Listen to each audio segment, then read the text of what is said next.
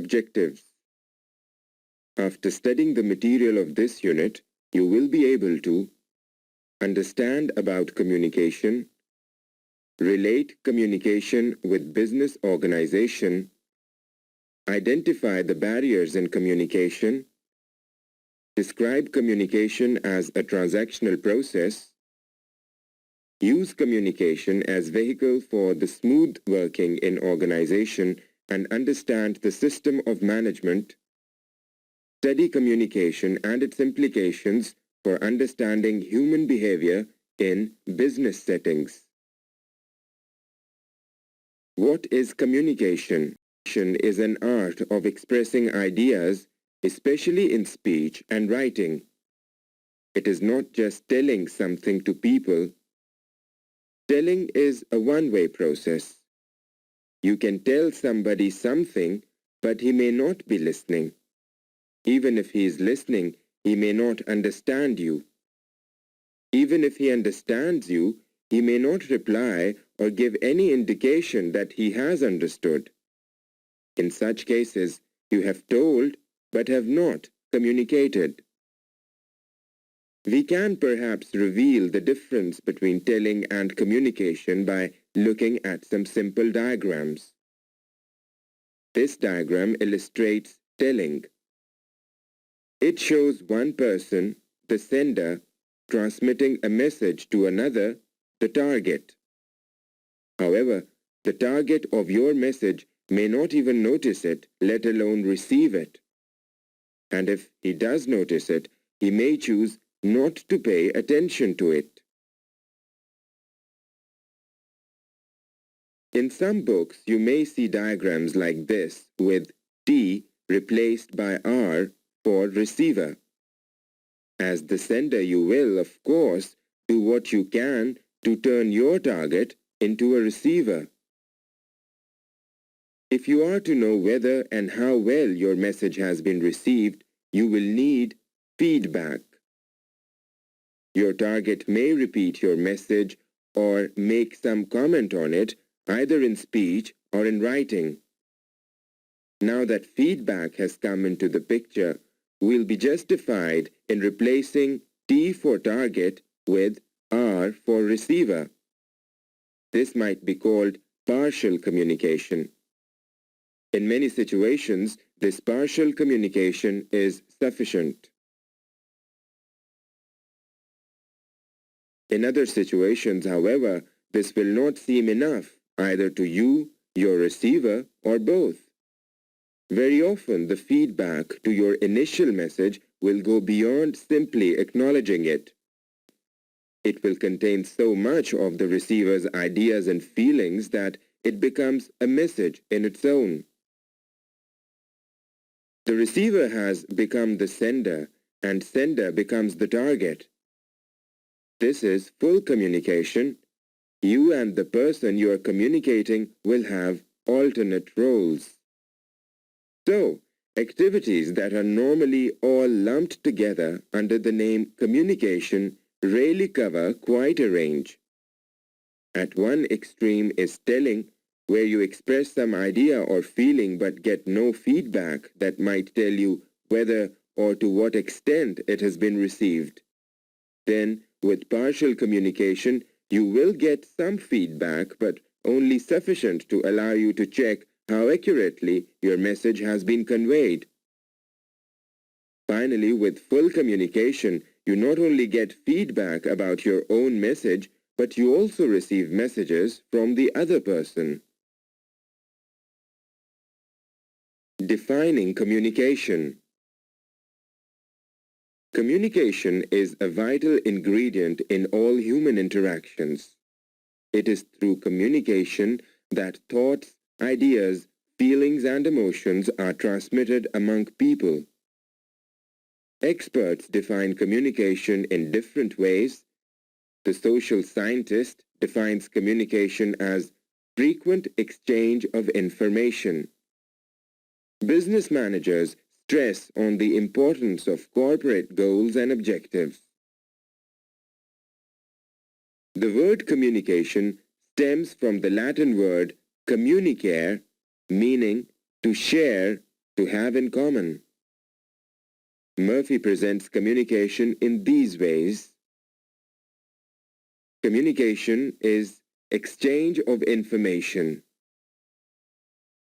Communication is a mutual exchange of facts, thoughts, opinions, or emotions. This requires presentation and reception, resulting in common understanding among all parties. Communication is any behavior that results in an exchange of meanings. Communication, a two-way process of transferring thoughts and ideas from one mind to another mind. To sum up, we may conclude that communication is a purposeful activity through which messages are transmitted from one person to another through a language common to both. The communication process. Over the years, a communication model with 9 elements has evolved that are shown in the figure. 2 elements represent the major parties in communication, sender and receiver. Another 2 represent the major communication tools, message and media. 4 represent major communication functions, encoding, decoding, response and feedback. The last element represents noise in the system. These elements are defined as sender, the party sending the message to another party. Encoding, the process of putting thought into symbolic form. Message, the set of symbols that the sender transmits. Media, the communication channels through which the message moves from sender to receiver. Decoding, the process by which the receiver assigns meaning to the symbols transmitted by the sender. Receiver, the party receiving the message sent by another party, also called the audience or destination. Response, the set of reactions that the receiver has after being exposed to the message. Feedback, the part of the receiver's response that the receiver communicates back to the sender. Noise, unplanned static distortion during the communication process, resulting in the receivers receiving a different message than the sender sent. Importance of communication in business. The importance of effective communication in business cannot be overemphasized. No business firm can succeed, build up goodwill, and win customers without effective communication system in its possession. Here, the term effective means that the message must be able to reach and influence the reader-listener, get a positive response and a favorable action. For this, a business communicator must have command over the language, deep perception of human nature, and an understanding of human psychology, correct in expression and persuasive in manner and style. Effective communication helps to propose, to expose, and to circulate new ideas, new methods, and new techniques. In fact, effective communication is the bedrock of good and pleasant relationship between the seniors and subordinates and between buyers and sellers. Effective communication helps in all-round coordination, cooperation, and efficient control. So communication is essential for the progress and promotion of business as well as the progress and promotion of individual business people. Communication as a lifeblood in business. In today's world, business is more complex as compared with that in the past. Business organizations have grown large. Therefore, there is increased role of communication in today's business life. Business organizations need communication both within and outside the organization. Communication within organization. A vital means of attending to company concerns is through effective communication within organization, downward, upward, and horizontal. When workers receive appropriate downward communication from management, they can be better motivated and more efficient. They are concerned about employee benefits, healthcare, insurance, promotion, pensions, retirement, and so on. Employers who communicate effectively have more productive employees.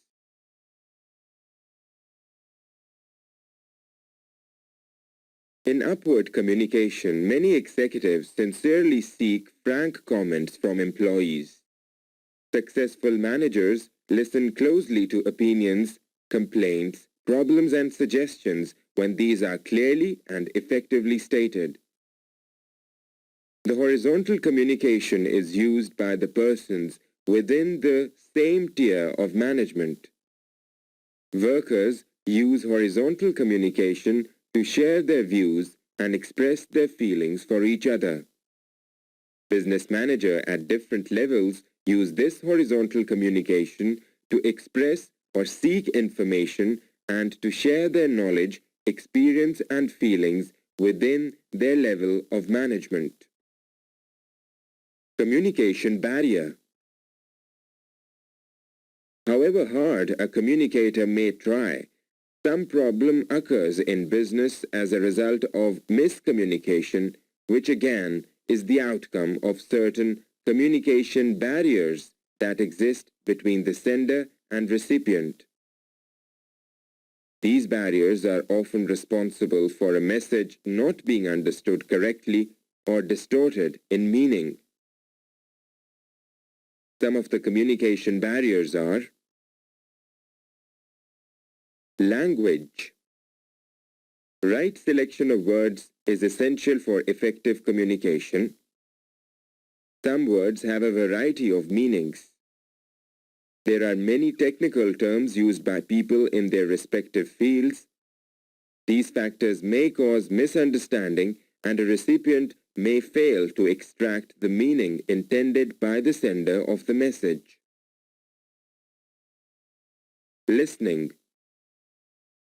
It plays an important role in making communication effective. Listening is an art which demands proper concentration and full attention. Effective listening may cause miscommunication. Distortion, omission of information. Obviously, when the receiver does not get the necessary information, there cannot be positive response. Prejudice, prejudgment. If one's mind is prejudiced, one is sure to get the message as one wants it to be, and not as the sender has intended it to be.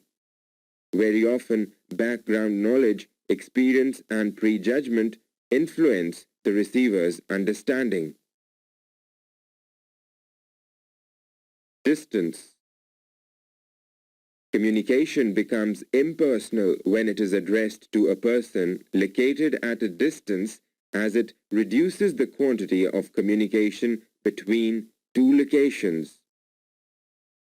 So is the case with letters, telegrams, or telex. This reduction in the duration of communication causes problems of understanding the message. Media. Following are the four media of communication. 1. Speech. 2. Written message. 3. Gestures. 4. Expressions. Gestures are the expressions of face or hands or any other parts of your body to communicate your feelings about something. For example, if you want to appreciate the work of someone, you pat his shoulder and say, "Good." Good is an expression of your happiness over something you like. In communication, therefore, the selection of right media is very essential to convey meanings to others.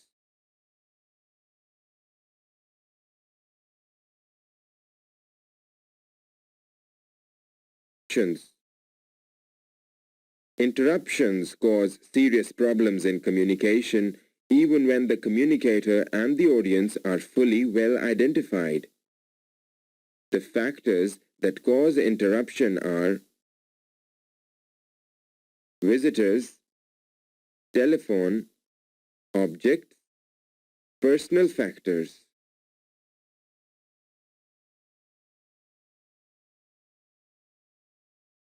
All these communication barriers can be overcome or at least minimized if both the sender and receiver observe the principles of effective communication. This checklist is very useful for effective communication. Think clearly, attentive listening, select suitable media, appropriate timing, use suitable language, obtain feedback. Types of communication. There are basically 5 types of communication, that is, methods of conveying information: oral, written, nonverbal, visual and mechanical, and audiovisual. Oral communication. Oral communication can be carried out through conversation. Conversation may be carried out in various ways through personal contact, for example, at interviews, training courses, joint consultations, meetings, conferences, seminars, workshops, symposia, etc. In order for one to be able to communicate orally effectively, the speaker should be polite, courteous, precise, relevant to the point, interesting to the listener, meaningful, that is, understandable, etc. Written communication. This can take several forms via letter, circular, report, minutes of meetings, journals, procedure manuals, etc. Correspondence. Written communication can be in the form of letters, formal, official, business or informal, personal or friendly. Reports. Although there are various types and styles of reports, the basic function of a report is to convey some conclusion based on facts which have been researched, investigated. Bulletins, notices, staff magazines. All these relate to printed information meant for internal communication, that is, within the organization. Minutes. Minutes are brief and concise records for the proceedings of the meeting. They are of various types.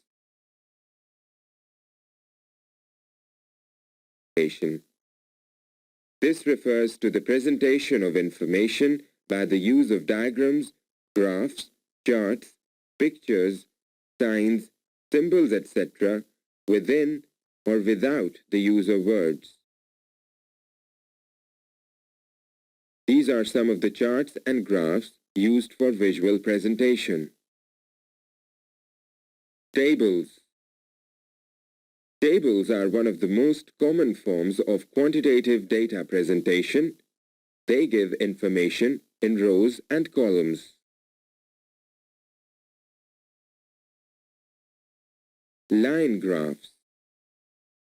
Line graphs are used to show comparisons or indicate trends. Two or more items may be shown on the same graph by using lines of different color. Bar graphs. Bar graphs may be displayed vertically or horizontally and can be made up of single or multiple bars. They are useful in showing comparisons. Gantt charts. A Gantt chart is used to show the comparison between work which has been scheduled and work which has actually been accomplished in relation to time. In this example, a heavy line represents completed work and thin line represents scheduled work. Pie charts. A pie or circle chart positions a whole into its parts and provides an image of the parts' whole relationship. Pictograms. Some type of data may be presented in pictograms as in horizontal or vertical bar graphs. The main difference is that in the pictogram, instead of using lines to outline the bar rectangles, one can insert simple small pictures that represent data. Nonverbal communication.